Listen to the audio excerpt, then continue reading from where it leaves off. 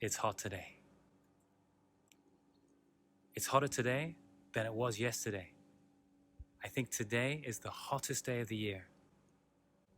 That's good because today we're talking about comparatives and superlatives.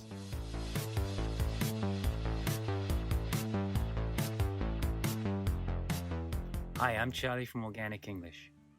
I'm going to help you become more fluent in English. One of the most common things we do in our everyday language is compare things. It might be comparing restaurants, might be comparing people, something we want to buy on Amazon even. We use comparatives and superlatives to compare people and things. We'll look at some examples of the comparative and superlatives in use. Then we'll look at how to form them. Take a look in the description below.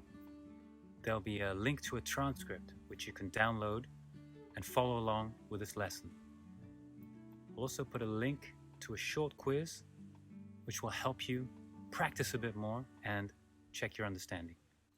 Let's start with some examples of the comparative. He is taller than her. This car is faster than that car. We use comparatives to compare two people or things that are different in some way. Let's look at a couple of more examples. My house is larger than hers. Your dog runs faster than Jim's dog. Notice the word than. We often use than in comparative sentences. Where does it come in the sentence? My house is larger than hers. Your dog runs faster than Jim's dog. Than comes after the comparative adjective.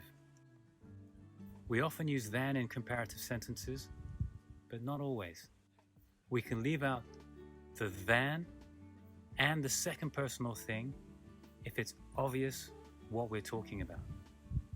For example, Jim and Jack are both my friends, but I like Jack better. Now, let's look at what superlatives are and how to use them. Here's an example for you. What's the longest river in the world?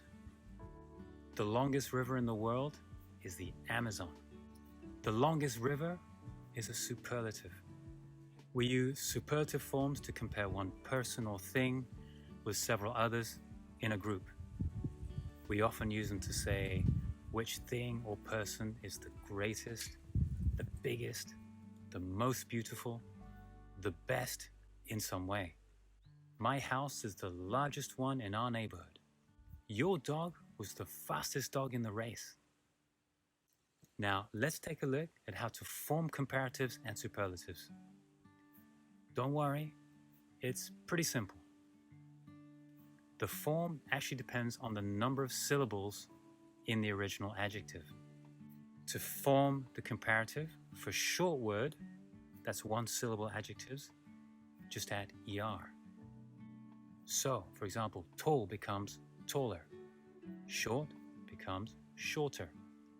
Hot becomes hotter. Watch out for that spelling change. Hottr. If there's one vowel followed by one consonant at the end of the adjective, we often double the consonant. For example, wet becomes wetter, big becomes bigger, thin becomes thinner. To make the superlatives of short words like high, deep, tall, we add est. So, the highest mountain, the deepest ocean, the tallest person. And remember to put the before the adjective. So it's Everest is the highest mountain in the world. Yesterday was the hottest day of the year. Notice that spelling change again. Hottest. If there's one vowel followed by one consonant at the end of the adjective, we often double the consonant. Wet becomes wettest, big, biggest, thin, thinnest.